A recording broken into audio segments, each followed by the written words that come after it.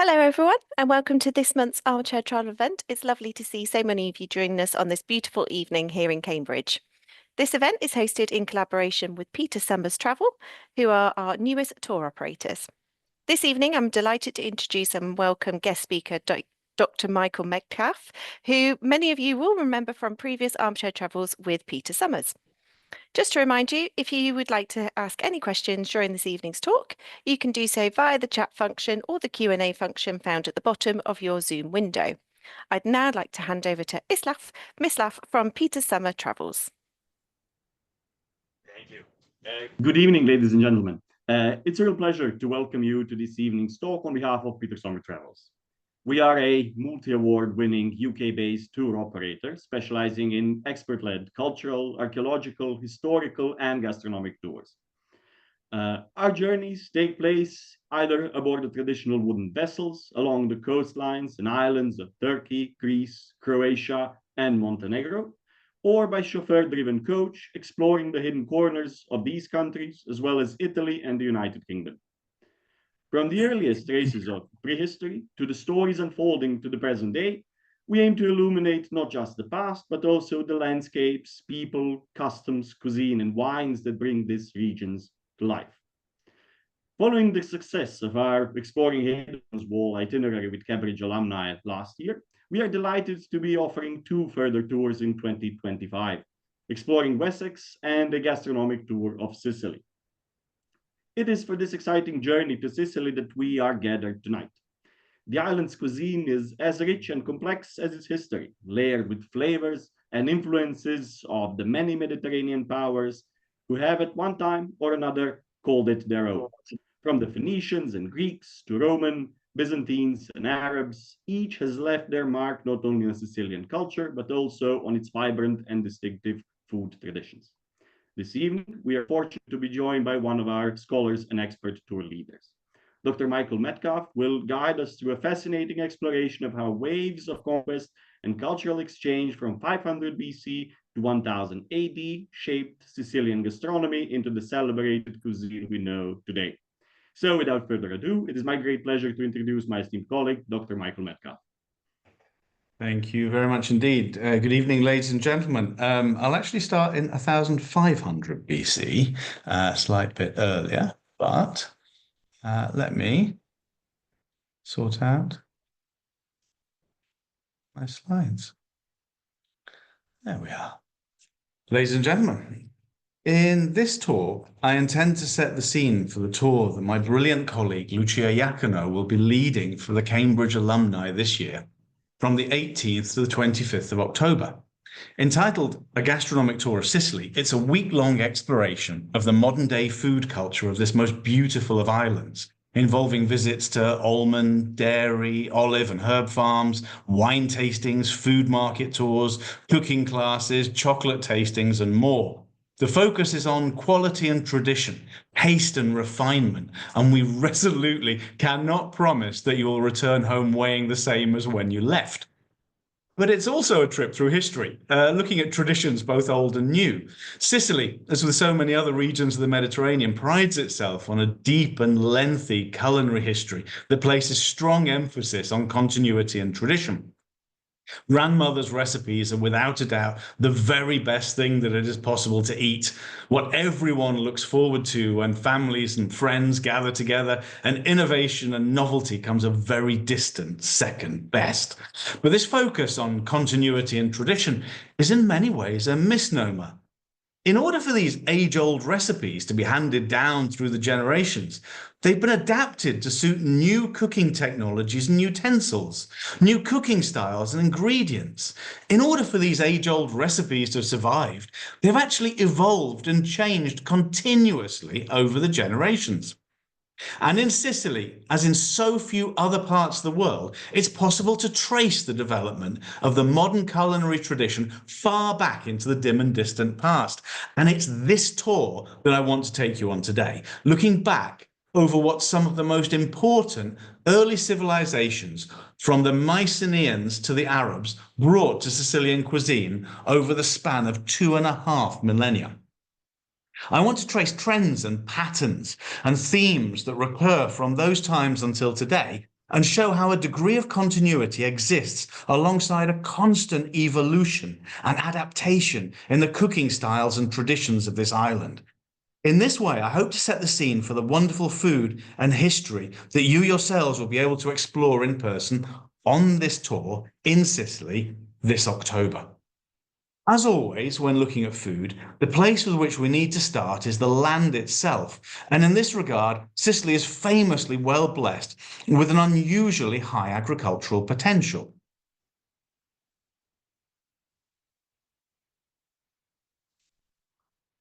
The bare figures tell much of the story. Mount Etna, in the central eastern section of the island, or more towards the northeast, is at 10,922 feet, the highest active volcano in Europe, and its continual eruptions mean that it's still growing even today, which is why this map, which comes from Moses Finley's book Ancient Sicily of nearly 70 years ago, I think 50 to 70 years ago, says 10,750. It's been growing as a result of the eruptions. Sicily has 922 miles of coastline and is 9,927 square miles in extent. It's the largest island in the Mediterranean, and it's actually been called a continent in miniature due to the enormous diversity of landscapes that it contains. And these range from the extensive mountain ranges that you can see in this slide in the north and northeast of the island, to the continuous ranges of hills that dot its south and centre, from the extensive and very well-watered plains of the east, the south and the west, to the lengthy coastlines that quickly shelve and are thus rich in really varied marine life thriving in the different depths. There were marshes here and an almost tropical climate combined with the fertility of its deep soils to create several microenvironments that are perfectly suited to growing an incredible variety of crops and for providing the conditions in which a substantial and diverse population of insects, reptiles, amphibians, birds, and mammals could thrive. That's the potential of this land, but that potential has to be exploited by humans. And our story is concerned with the evolution of the symbiotic relationship with this land as a succession of cultures came to power and dominance here. Now, our story starts in the middle of the second millennium BC, when the prehistoric cultures of Sicily are coming into contact with and taking influence from the Mycenaean civilization, which was the predominant culture at the time in the Peloponnese and Aegean regions to the east of Sicily. Prehistoric cultures, by their very definition, leave behind no literary tradition through which their history can be written. That leaves us needing other sources to determine their diets and culinary habits, and we can look at several indicators that are brought to us through archaeology and archaeological science. For instance, if we're fortunate enough to find burials in soils in which the skeleton and in particular the teeth are fully preserved, we can look for several indicators of the diet that these people had enjoyed. With teeth, you can look at the wear marks that they bear. For instance, a complex mixture of tiny pits and scratches could indicate a diet that included hard seeds or nuts or other brittle items, while a pattern of wear of many fine parallel lines indicates a diet of tough vegetation, such as grasses and sedges. With new scientific techniques, it's possible to look at the tooth enamel to see what principal proteins made up the individual's diet, because these leave an indicator that can be identified.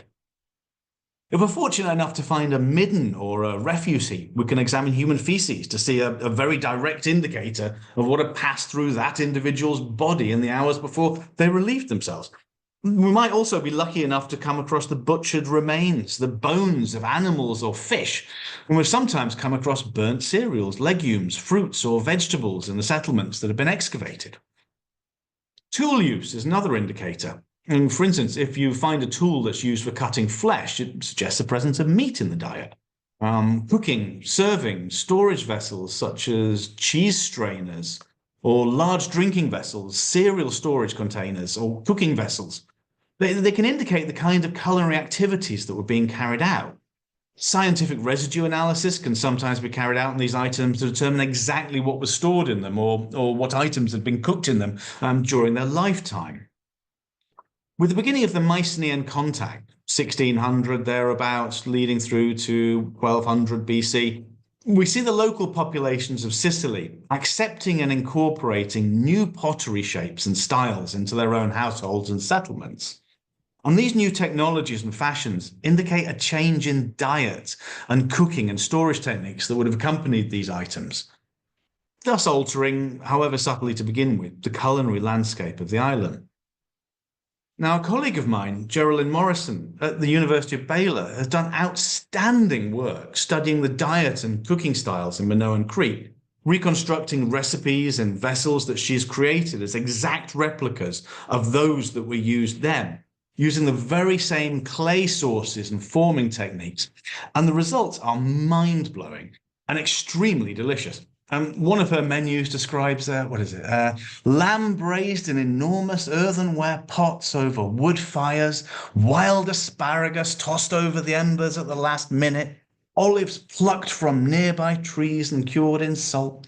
But it's the stews cooked in the pots that we see in museums all over Crete and Greece that are a standout highlight for me. And you can see those, the top left and top right of my slide, but also you can see Geraldine bottom right and her assistant in action, actually cooking in the pots that they've recreated.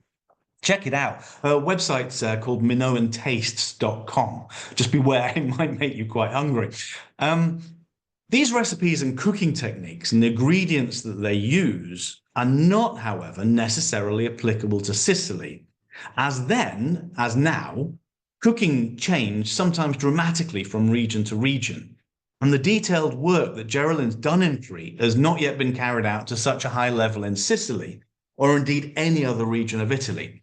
We're thus left with hints and indicators of what their diet might have been like in Mycenaean influenced Sicily.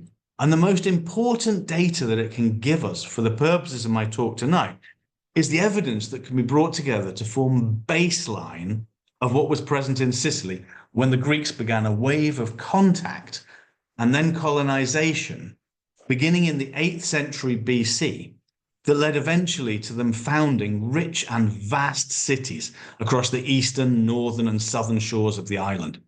The West was at that point in time, already in the hands of another people, the Phoenicians, who we're not really going to touch on at all today. Well, what did the Greeks bring with them? This slide shows foodstuffs that were, over the course of a century or more, brought to Sicily by the Greeks. Or more precisely, these and some of these became more heavily cultivated at this time for the first point in Sicilian history. So I don't want to say that there were no wild olives and there were no grapes that were present at all in the island, or they were totally absent from Sicilian diet up until this point, but merely want to underline that the Greeks farmed all 10 of the items on this slide to an extent that had never been seen before, and they utilized them as staples in their diet in a way that had not previously been present during the Mycenaean period in Sicily. A couple of these, olives and grapes in particular, form a major part of the Mediterranean triad, of course. And this is what we see firmly rooting itself into the island at this point in time. So we can see the Greeks radically altered the basis of crops that were grown on the island and thus the foods that could be created here. In addition, new water management technology was gradually introduced, such as this, Archimedes' screw. It's named after the famous mathematician and practical engineer of the 3rd century BC. But that was a refinement of something that had been there previously. And it allowed the draining of land, it allowed the irrigation of land, it allowed water to be moved from one place to another. Techniques such as this, gradually introduced into Sicily, these innovations, they allowed the land to be used for more productive farming. And for that land to be more efficiently and correctly irrigated, enhanced the growing potential of the crops on it. But further crops were introduced by the Greeks as the centuries slid by, most notably through the enhanced connection with the East that was made possible by the campaigns of Alexander the Great that led to the destruction of the Persian Empire and its incorporation into the Macedonian kingdoms that succeeded him in the Middle and Near East, in particular the Seleucid Empire that controlled all of that area there. And so peaches and apricots, pistachios and citron were brought into the island. And we're talking here the late 4th, the 3rd centuries BC. And that's a major change to what is possible, in particular with peaches and apricots, but one of the cooking techniques that we'll come on to in a little while. Now, of these, the citron, or the Citrus medica, is the most interesting for me and for our purposes today. And it's one of the original citrus fruits. It has a really thick, bumpy rind, as you can see in this slide, and a small amount of pulp, which is usually less juicy than other citrus fruits, but is absolutely packed with vitamin C and is commonly considered to be excellent for digestion. You can see in this slide the absolute difference from a standard lemon that we get today. The pith here, the white of the lemon, is the majority part of what we see. Now, the citron has a very sour juice. This is going to be important later, but in modern Sicily, if you visit in the right season, and this is one of them at the moment, the early spring, you'll see this being sold from carts by the side of the road. It's known as ucedru, or in the singular, or icedri in the plural. And people cut the rind off with a knife and slice it into chunks. So you just have the white and that inner core that's left. Dip it into salt and eat it raw. It's a very nice little digestif that people engage with today. Most important, though, so we've got the introduction of new water management techniques, the introduction of a whole series of new crops that have radically altered the food landscape of the island. Most importantly, with the Greeks, we start to get texts. And I'm not a historian who prioritizes the written word. I very much like the material culture that we can see. The first written evidence for Sicilian cuisine is quite important.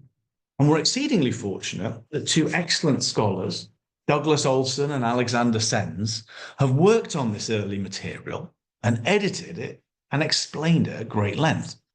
Now, the earliest texts begin in the late 5th century BC. I'm talking the time of the end of the Peloponnesian War, when a few fragments are preserved of a work entitled The Sicilian Recipe Book by a man named Mythiakos of Sicily. And his book became famous. It was known as far away as Athens and Sparta. And in fact, we know he visited Sparta himself. It seems that his book was a technical treatise on food and food preparation, written by an expert who treated his subject without any trace of humor whatsoever. Here's an example that we have from it. As you can see, as for the ribbon fish, after you gut it, cut its head off, rinse it, cut it into slices, pour cheese and olive oil down over it.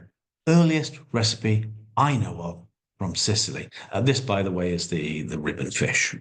Very nice fish indeed.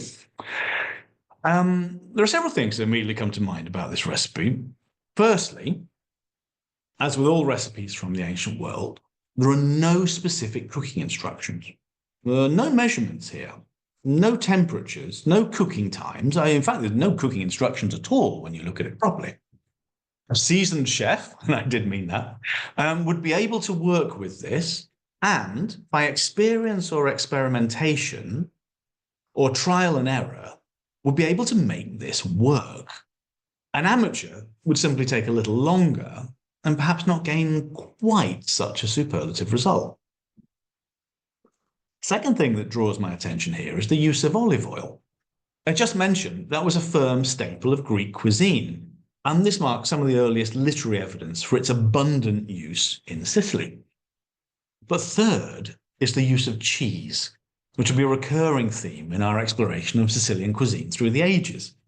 From utensils, storage pots, and literary references, it seems there were both fresh cheeses, which we imagine is something similar to modern-day ricotta, And there are also semi-aged or aged cheeses, similar to ones like a modern pecorino or a parmesan. These were both styles present in Sicily at this point in time. And the quality of cheese depends in part on the quality of the milk, which depends on the quality of the forage that the animal, whether it be a sheep or a goat or a cow or another animal, has consumed. And in part, it lies on the skill of the cheesemaker and his implements, as well as the bacteria present on them or introduced to the milk during the cheesemaking process. Sicily, the renowned fertile agricultural paradise, had all the ingredients in place to create world-class cheeses, and that's exactly what it appears to have done. Another famous food writer of the early to middle 4th century BC was a man by the name of Archestratos, who came from either Gela or Syracuse in Sicily. He wrote a work called The Life of Pleasure, which, well, obviously could have had many different contents, but was actually devoted to food. He was highly literate, and he seems to have travelled extensively in southern Italy and the eastern Mediterranean. His recipes fall into two broad categories of cooking style. The first is dry cooking, such as frying, roasting, and baking. And the second, as written here, wet cooking, such as stewing, poaching, or braising. Now, Archestratus recommended dry cooking far more often than wet. Wet cooking was only recommended for a small section of foods, such as the head of certain fish, the lower portions of the saw-toothed shark. Foods should be prepared simply and with as little sauce as their inherent flavour and aroma and texture would allow. He prefers fish with fatty, tender and aromatic flesh over fish with tough, spongy or bland flesh, and can't really blame him for that. There's a focus on fish in his surviving texts, but he clearly enjoyed his meat as well. Foods of good quality needed only to be seasoned with salt and olive oil, perhaps a bit of cumin, and this one is a good example about the hare, so meat rather than fish. Diverse are the manners and the settled customs of the hare's preparation, but it is best if while the others are drinking, you bring around roasted meat to each man, hot and seasoned with salt alone, pulling it off the spit while it's still a bit on the rare side. Don't let it trouble you when you see the juice dripping from the meat, but eat it greedily. The other ways of preparing it are, in my opinion, much, much too elaborate. Sauces made of sticky things and over-rich in oil and cheese.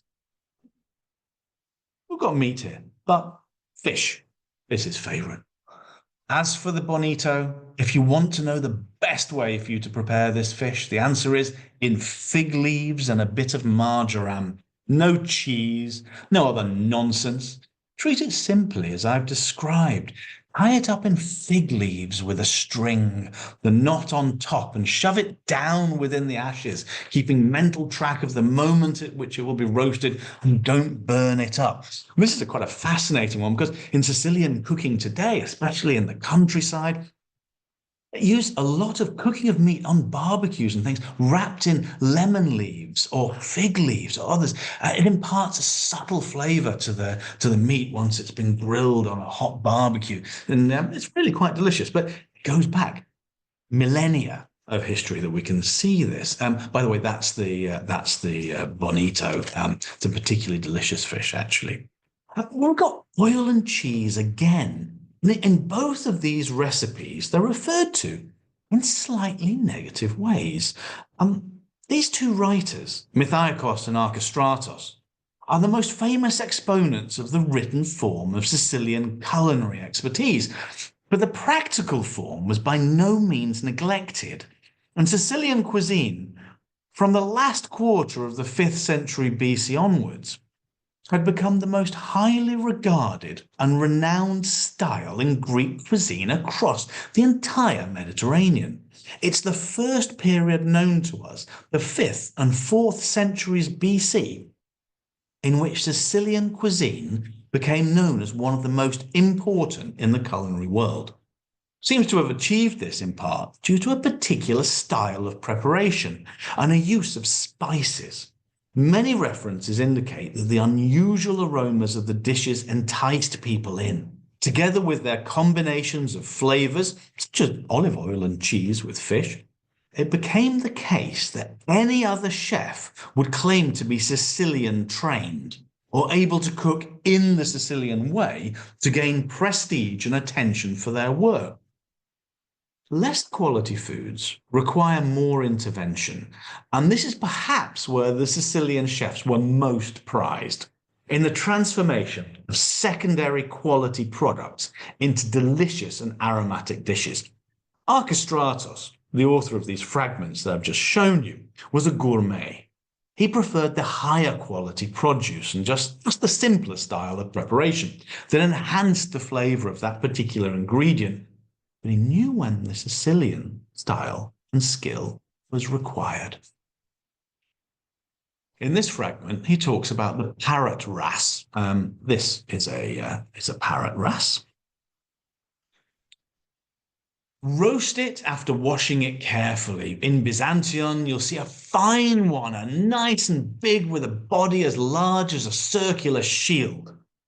Prepare the latter whole in the following fashion. After you buy it, as soon as it's been thoroughly coated with cheese and olive oil, hang it up in a hot oven and roast it thoroughly. Sprinkle it with salt, ground together with cumin and with greyish olive oil, pouring the God-given stream out of your hand down over it.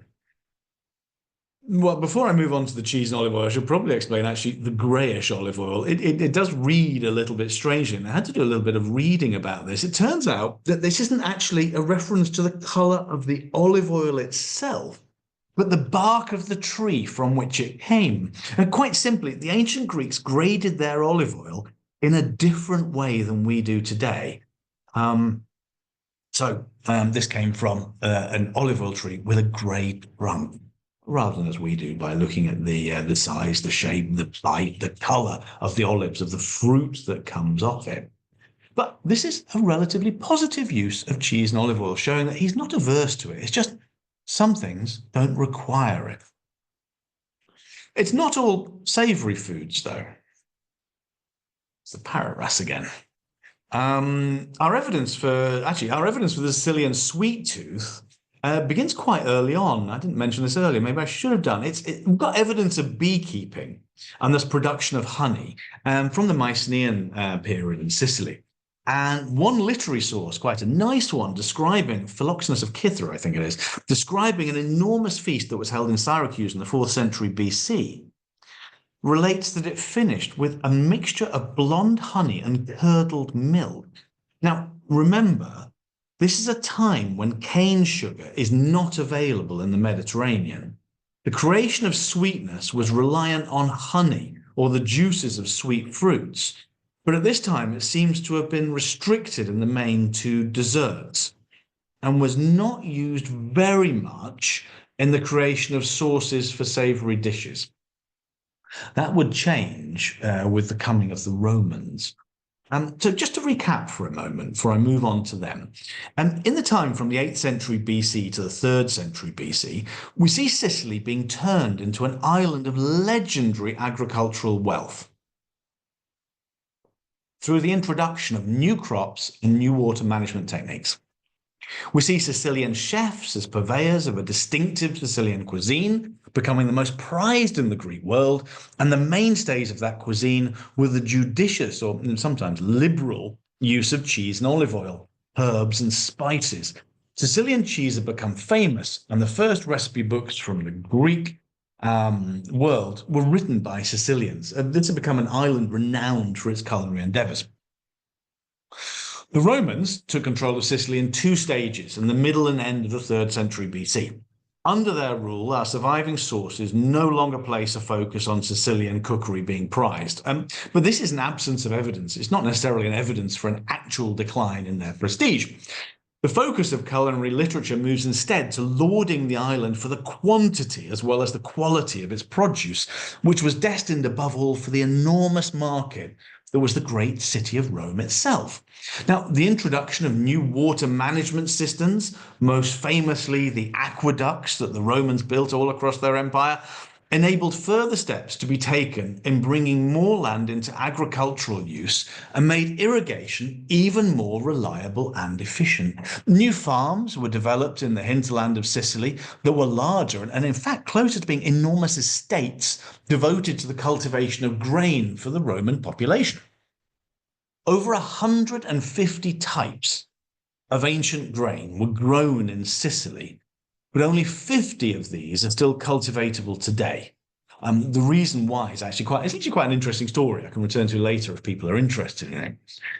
In a pre-mechanized landscape, grain types evolved that were perfectly suited to specific environments, be that quantity and quality and timing of rainfall or sunshine, or the presence of specific mites or fungi, or the specific soil type in that area. They were often naturally low in gluten. They had a different elasticity when made into a dough that allowed them to be digested more easily than so-called modern varieties of wheat. And they're often used in whole grain form with their natural bran and germ, which is more beneficial nutritionally than processed and refined modern grains, although this does tend to make them chewier. They've more protein, fiber, and can be a surprisingly rich source of vitamins and minerals, depending on the variety of cereal, the soil it's grown in, the conditions in which it's grown. Spelt is high in manganese. Barley is an outstanding source of selenium. Spelt, farro, millet, barley are consumed in huge quantities in the Roman world. But other varieties now known in Sicily, such as Timilia, Ruscello, Tuminia, were equally popular back then as well. Modern wheats were developed for rapid growing and easier milling and to be used with pesticides and other chemicals. The reintroduction of the ancient grains that were invested in, promoted and sought after under the Roman Empire is one of the reasons why bread is so good in Sicily today. Sicily essentially became a bread basket for under the Romans. At the same time as this change in land use was occurring, we can chart a change in tastes, with many recipes, such as these, bringing a sweet and sour flavour to the sauces that they used. So look at this one, wild boar, cleaned, sprinkled with salt and crushed cumin and left. The next day, it's put into the oven. When done, season with crushed pepper. A sauce for boar should be honey broth, reduced wine or raisin wine. Or the fricassee of veal with crushed pepper, lovage, caraway, celery seed, moisten it with honey, vinegar, broth and oil, heat it, bind with a roux, and then cover the meat with it. You can see the sweet and sour elements in both of these. In the first recipe, it's the juxtaposition of honey and raisin wine with salt and cumin. And in the second, it's the contrast of the honey and the vinegar. These were the basic ingredients available at the time for this kind of contrast, alongside verjuice and fruit-based sugars or dried fruits. And verjuice is a liquid that's made from crushing the unripened grapes. So in springtime, when a farmer is growing grapes to turn into wine, they relieve the vines of a certain burden. They cut off bunches of grapes in order to have a greater quality of the grapes that are left behind. And those early grapes, they're very firm, very tart, very, very sour, and they can be crushed and turned into verjuice. So it's an alternative to vinegar. We've got archaeological evidence, continuing archaeological evidence for honey production, grape cultivation, which of course makes the verjuice and the vinegar as well as wine. And we also have new salt pans of considerable scope and extent in Sicily, and orchards, evidence for orchards, the produce of all of which would have been destined for Rome as much as for the cities and dining tables of Sicily. In the Roman period, then, alongside a continuity in highly prized cheese production that we can trace, we've got the valorization of grain and the introduction of new flavor bases for which Sicily was ideally placed to provide the raw ingredients. Now, the period of Roman domination of Sicily ended in violence in the 5th century AD with raids from the tribes known as the Vandals. and it was eventually purchased from them in 476 AD by Odoacer, the king of the Ostrogoths. And in 535 AD, the general Belisarius conquered and took control of Sicily for the Byzantine Empire. No real impact from this period of Vandal and Ostrogothic control has so far been discerned in the culinary tradition of Sicily. And as it lasted for just under 60 years, it's perhaps unlikely that's going to change anytime soon. What happened under the Byzantines is much more frustrating. Sicily remained under Byzantine rule for several centuries, and during this time, Syracuse, the leading city in Sicily, even served as capital of the empire for 4 continuous years from 663 AD under the Emperor Constans II, an event that must have introduced Byzantine court tastes and cuisine to this part of Sicily. Hardly any trace of it's yet been detected. Byzantines are famous for their refined culinary habits. It was them who introduced the concept of the fork into Mediterranean and from there into Western society. They're also famous for the delicacy and skill of their cuisine. Their trade links stretched into the Middle and Far East, and new spices and fruits made their way to Constantinople. But with one possible exception, we cannot see them reaching Sicily. The only exception that I know of is the mulberry tree, the fruit of which, in this image here, is highly prized in Sicily today, both for eating directly and for using as a flavouring in granita and ice creams. It was, however, first introduced as part of the cultivation of silk, as silkworms feed almost exclusively on the leaves of mulberry trees and the fruit, just a pleasant bonus. Once thought to have been introduced to Sicily by the Arabs, it now seems tolerably clear it was in fact an earlier arrival during the time of the Byzantines. So other than the mulberry tree, scholarship on the agricultural impact of the Byzantines in Sicily is overwhelmingly focused on the high taxation and low investment in agriculture and rural infrastructure, and a greatly reduced requirement for grain that was seen in these centuries. Much really can be done about the documentary record, and excavations could counterbalance this as well. It can only be hoped that it's going to be done soon, and some of my colleagues are starting to engage in this kind of work. But for now, Byzantine centuries in Sicily are, from a culinary perspective, just simply shrouded in darkness and ignorance. This changes abruptly in 827 AD, when Arabic forces began a full-scale conquest of the island. They certainly didn't find it to be one of their easiest conquests, as the Byzantines fought hard to keep it. And it took 50 long years of pitiless warfare and horrific destruction before the Arabs were in full control of the island and could focus on rebuilding it again. One step that they took, and you can see actually this is a beautiful illustrated manuscript where you can quite clearly see what's happening. The Syracuse is being taken by storm and the dead bodies thrown over the battlements. One step they took was to introduce some new water management systems, which further improved the, by this time, slightly decayed Roman systems. Arabic experience in the desert and in arid regions had made them value water, and their experience in Iran had led to them adopting irrigation systems that wasted very little of it. One example was the Qanat, which shows, it allows particularly thirsty crops to be introduced to the island, or for them to be grown in larger quantities than they had been before. You can see actually this is the Qanat of Palermo. It's one of the best preserved ones we have still on the island. Muslim sources speak of the great fertility of the island during this time, and in particular Al-Istakri, Persian geographer of the 10th century, described Sicily as a land so fertile, rich in cereals, cattle and slaves as to far surpass every other Muslim kingdom bathed by the sea, which is quite some statement. These literary sources are supported by archaeological finds. The Muslim rulers of Sicily cultivated the multiplicity of grains in the plains and on the hillsides, together with olives and grapes, and there was an abundance of pulses, beans, onions, apples, pears, almonds, walnuts, and figs.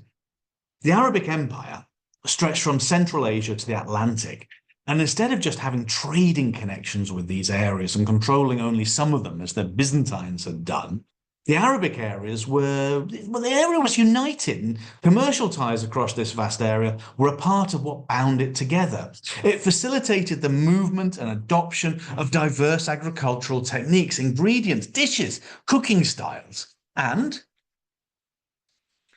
yeah, the aubergine may have been a Byzantine import as well. Not entirely sure about that. But aubergine, spinach, pomegranates, almonds, rice, saffron, indigo, sugarcane, citrus. I mean, we'll get the lemons, the limes, and the sour oranges coming in from the Himalayan regions at this point in time.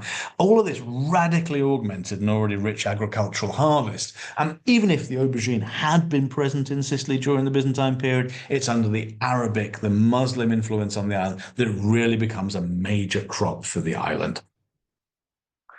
Sugarcane and citrus fruit replaced honey and vinegar in creating sweet and sour dishes.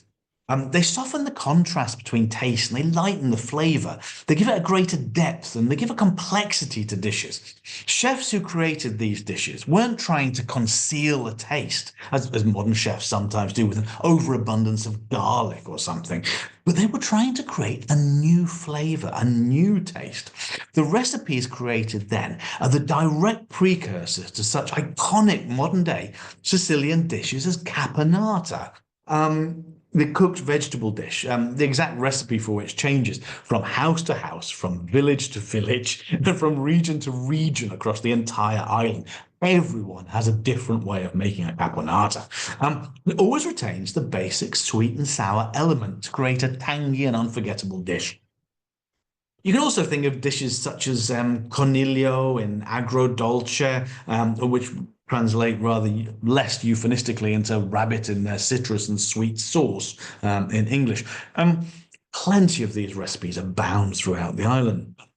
Sicilian Muslim recipes reflect the cultures subsumed within the Islamic area. You get the Mediterranean foods from the Byzantines, you get the fried meats and fruits and nuts used in meat dishes from the Persians. All of this comes together and is blended. But one of the standout elements, because of their cultivation of sugar, are the sweet flavors that come so much to the fore at this point in time in the 9th and 10th centuries and 11th. You get sweetened fruit juices, flavored ices, you get marzipans and candied fruits, and sugar was used for modeling and decoration. And you'll see that on display in the outstanding confectionery shops of the island even today. Under Islamic control, Sicily is one of the doors to the Western world for these new ideas and flavors. Cinnamon comes from Sri Lanka, pepper from India, clove and nutmeg from the Moluccas. All of these reached the Christian kingdoms of Europe through Sicily in particular, as it became a central trading place once more for the dissemination of luxury goods. It still also produced its own bounty. It's still famous for its grain. It's still famous for its cheese and dried fruits at this point in time under the Arabs. And perhaps unsurprisingly, it's famous above all for its high quality cheese production even now, 1,500 years after its first mention. They were transported to Cairo, to Damascus. We even have references to them being in Baghdad. Cheese kept well. It was easily stacked in boats. It travelled well. It's able to arrive still in tip-top condition. It was extolled with the highest praise in Arabic cookbooks for centuries. Sicilian cheese. This then, what I've been talking about for the last few minutes, is the earliest origins for much of the Sicilian cuisine that we know today. On our tour, you'll taste the Sicilian cheeses and dairy, explore the world of Sicilian grain in a wonderful hands-on workshop. You'll see how the world-famous olive oil is made, taste the wines from different parts of this beautiful and bountiful island. You taste the herbs that each of these cultures introduced and see how they're combined to make the iconic dishes for which modern Sicilian cuisine is so famous. But you'll also see and explore and devour the next major leap forward in Sicilian cuisine that was overseen by the Spanish, I'm not going to tell you about today. They controlled Sicily for a few centuries in the second millennium AD, and it was under them that New World crops such as the tomato, the potato, and the chocolate bean was introduced. And later, we see the introduction of French cooking styles and skills that refine the upper-class culinary repertoire of the island.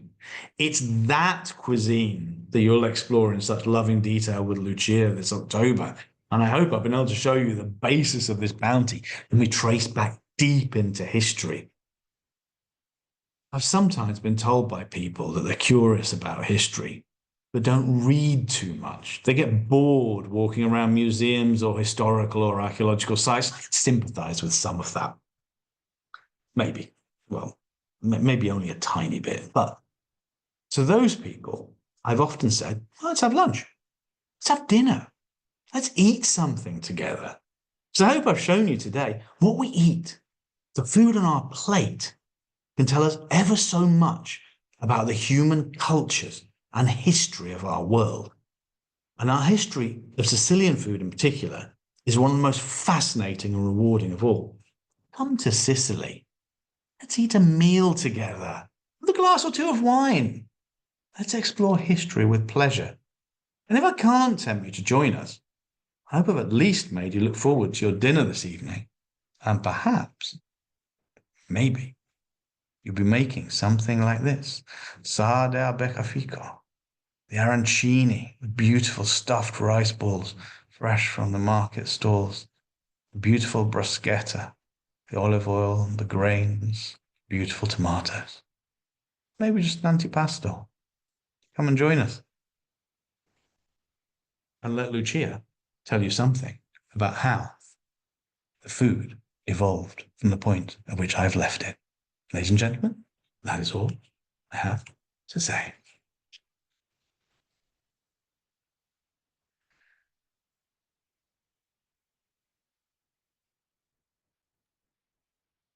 Thank you, Michael.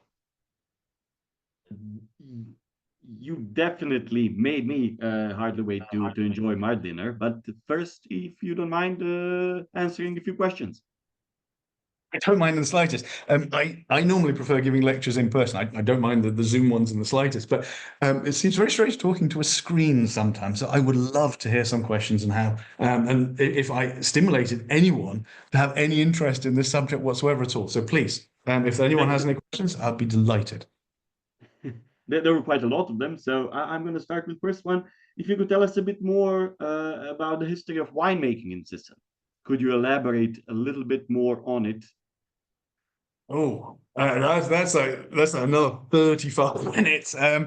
All right. Well, we have incredible evidence from the 6th and 5th centuries BC for winemaking. We have the facilities that were being used for it. Some residue analysis has been carried out. Some people have looked into what sort of grape varietals might have been used at that point in time. But it's a rapidly growing area at the moment. As money flooded into the wine world, it's also gone into the history of the wine world as well. And different regions have regularly tried to show themselves as being the place where wine was first made. So you get that, or where the greatest varieties of the ancient world were first made.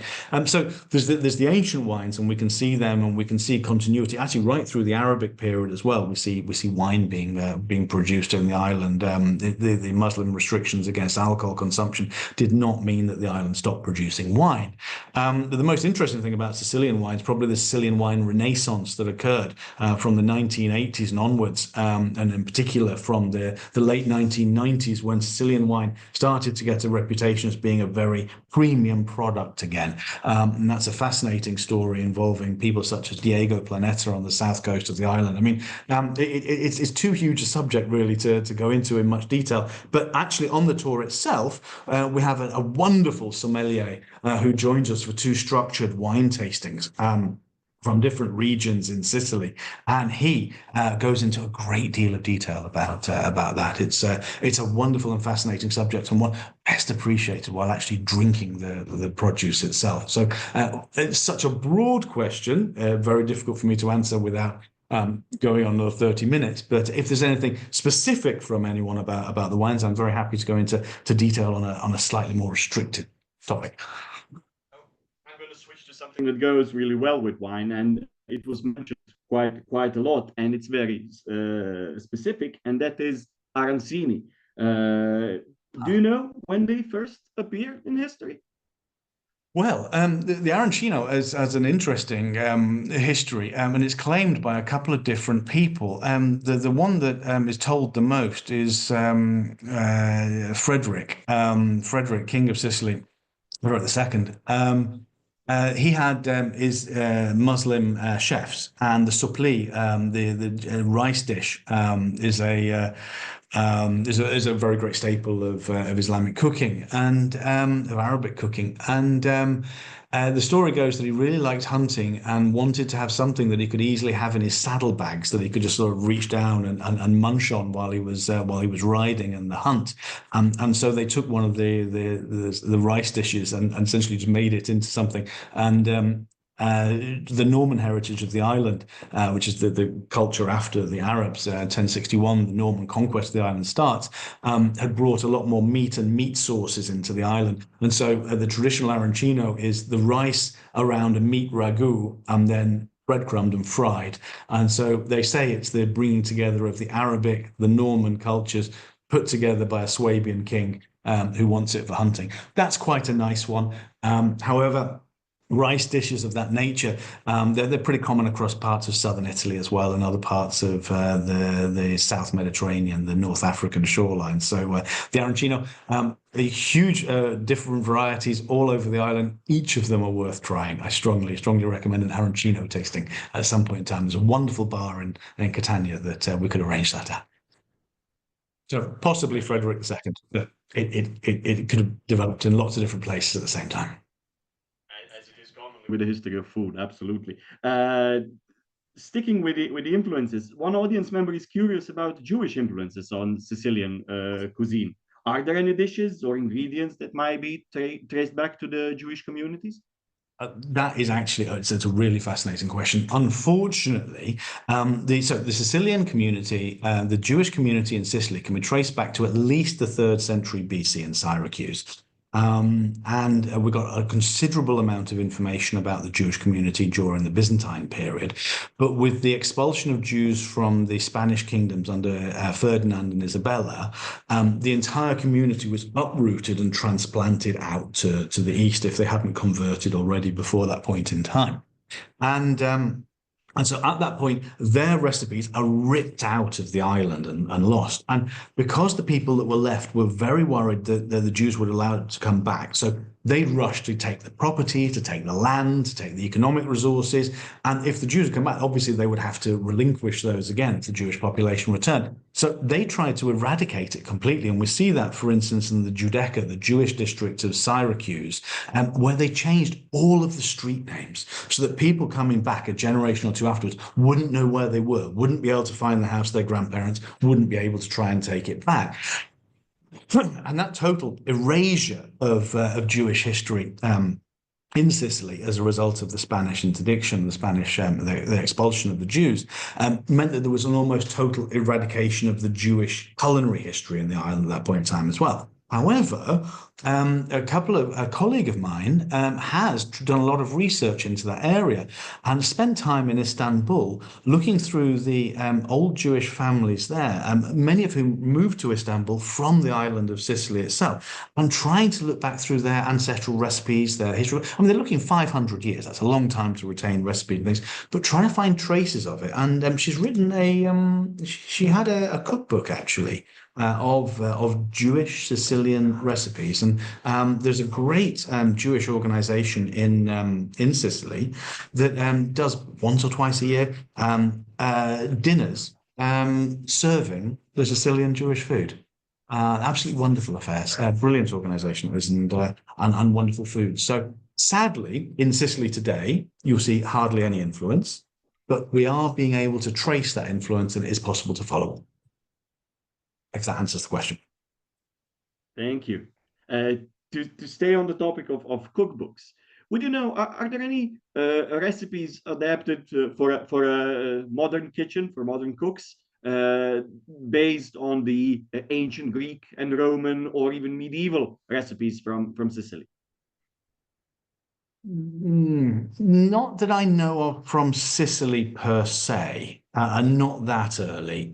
So the Greek and the Roman recipes, the mythaikos, the archistratos, the recipes that come from them, it's possible. I mean, I can also, if people are interested, I can provide the translations of them. You can try them yourself. I mean, the ingredients, it's just a bit of trial and error with how to cook them, the length of time, the amount of ingredients to use. I've not seen any cookbooks that specifically do that. Maybe there's a gap in the market there, something that could be done. There are, however, recipe books that draw on Arabic Sicilian influence quite a bit. And this is something it's a bit difficult to do. So one of the things I didn't say and didn't go into any detail in is that the Sicilian recipes from the Arabic period can be a bit difficult to trace down. People used to say that things like passata, which is a sponge dish filled with ricotta cheese, sweetened and with candied fruits in it, colored green and Islamic color, and then covered in icing on the outside of it, was a traditional Arabic Sicilian dish. It isn't. The word of it, passata, comes from one of the Latin words for cheese. It didn't become sweet until about 1600, didn't become green until about 1700, which is 500 years after the Arabs had been thrown out of the island. But you have the influence that's coming together for that. But there are some recipes, things like sarde a beccafico, that do draw very strongly on it. And that's it's sardines, butterflied and stuffed with breadcrumbs and pine nuts and sultanas or raisins, with a little bit of the only thing that's not much used these days, but is a sweet orange. Sweet orange comes to Sicily 1600, 1650, something like that. Yeah, but that is a very, very Arabic recipe, along with things like couscous and things like that. And the older families of the island, something like the Planeta family from Palermo and the south of the island, where they have their enormous estates these days, very big wine family, the Planeta family. They raided their cookbooks, which go back hundreds and hundreds of years, and they created an amazing cookbook, which I don't actually have on my shelves near me now, that has the history of the island and has a lot of recipes that come from the Arabic period or have such a strong Arabic influence on it. So, not for the Greek and Roman that I'm aware of, but we could do it. We could do something about that. Okay. And another question just continues on to it, and I just wanted to share this one with you. And our guest asks, was being a vegetarian accepted lifestyle in a ancient period, in Greek and Roman times? Yes and no. I'm going to try and answer this quite shortly because I could give a very long answer to this one. Pythagoras, famous theoretician and mathematician, was probably a vegetarian and preached vegetarianism to his, actually probably a veganism actually, to his disciples. Many people couldn't afford meat or fish, and so the majority of their diet would have been based around pulses and vegetables and grains, with olive oil and some wine. In this area, unlike Northern Europe, where it would have been beer or something like that. So the majority of people would have been vegetarian by force, not by choice, maybe even vegan by force, not by choice. But when it comes to participating in religious activities, most religious activities included the sacrifice and consumption of animals. And so at that point in time, the poor of the city would essentially be fed by the city, or the rich of the city, a huge protein-based meat meal, and they would enjoy it. Or they seem to have done it anyway. The stories are of that. If you didn't participate in the eating, you weren't participating in the religion, which meant that you weren't going for the good of the city, which meant that you were marked as not standing in favor of the gods. So most people may have been vegetarian and vegan for much of their daily lives, but that might not actually have been such a highly tolerated thing when it came to the fortune of the city and its representation, its relations with the gods. So a bit of an answer, a bit yes, bit no. There are two ingredients that keep popping up in the questions, and our guests are interested whether they were used throughout history in Sicily. Well, most definitely were, and when they started being used. First one, It's a bit more esoteric, and that's ice. There's a question: are there any mentions of ice being used in recipes throughout history? And the other one mentions something that we know is a staple Italian ingredient. That's pasta. When is pasta introduced to Sicily? Big questions, big questions. The ice one, that's a nice and straightforward one. In the 17th and 18th centuries, we have very strong evidence for people using Mount Etna and the mountain ranges around Palermo as repositories for ice caves. So in the winter months, they would go and stack them, absolutely force into them ice, snow, everything, just crush down as much as possible, and then cover them with reed mats to protect and keep the temperature inside as cold as possible. Come the summertime, at night, they would then, bearers would go up, dig it out into panniers, down off the mountain, and you could use wells and cisterns and areas to keep it cool for a while. But essentially, in the morning, they would be able to serve crushed ice mixed with fruits, nuts, other things as a beautiful morning refreshment, which eventually seeped into what we see as the granita today. Now, that sort of technology was utilized by the Arabs in other areas. It has not yet been definitively proven that in Sicily, the Arabs did do this, but massive mountain, Mount Etna, big mountains around Palermo, huge population, popular item. I mean, it's almost certain they did. We just don't have the exact evidence for it in Sicily. So ice, very heavily utilized. I personally am not aware of any indication of it being utilized too much in the Roman period, and certainly not in Sicily. No evidence, that is. It could have been. It's very possible. I mean, it's not a difficult technology, that's a relatively straightforward one. So it wouldn't be surprised. But it's a technology that doesn't leave material traces that you can date. So it's a very difficult thing to push back further. So literary evidence that we have of the second half of the 20th century is very good for that. Pasta is an enormous one. So when would it be? 11th century AD, Norman domination of Sicily. A gentleman, an Islamic scholar, Al-Idrisi, is given the task by Roger, King of Sicily, to make a geography of the entire world. And he makes this enormous disc in which the entire world is inscribed onto it, so a big map. And then a series of volumes to essentially explain what the map had. And in that, on the north coast of Sicily, he refers to an area, I think it's Trabia, where they had an enormous production of yttria. And yttria, he describes as being long, thin lines of dough that can be boiled. Essentially, it's the first evidence we've got for incredibly high production of pasta. And the reason it's on the north coast is because of the winds coming down from the Tyrrhenian Sea allowed it to dry. And so you've got dried pasta that can be exported. Now that, it does appear to be it's an Arabic word, yttria, but yttria is a translation of the Greek word ytron, which is traceable back to at least the 3rd century BC, which is, again, because making pasta, unless you're making egg-based pasta, which is a difficult thing to do in the Mediterranean anyway, I mean, much more in the north where it's a bit cooler, you're essentially just mixing wheat, so flour, with water and perhaps a little salt, and making it into a dough, and then you dry it. And that appears just everywhere all the time. Different cultures always come up with it. But in Sicily became a major, major producer of pasta. Unfortunately, the first evidence for it is in the Norman period, using Arabic technology, using an Arabic word. So almost certainly from the Arabic period. But the reason I didn't talk about it is because it comes afterwards. And that's something that we'll cover in the rain-making workshop that we engage on, that Lucia will be leading or guiding in the actual tour itself. So anyone who wants to know more about Sicilian pasta and the way in which it's made and the way in which it's eaten today, tour 18th to 25th of October. Thank you. As we're slowly running out of time and there are many great questions, I'm going to end on a personal one, if you don't mind, Michael. Well, only if it's a bad one, in which case I'll ask for another.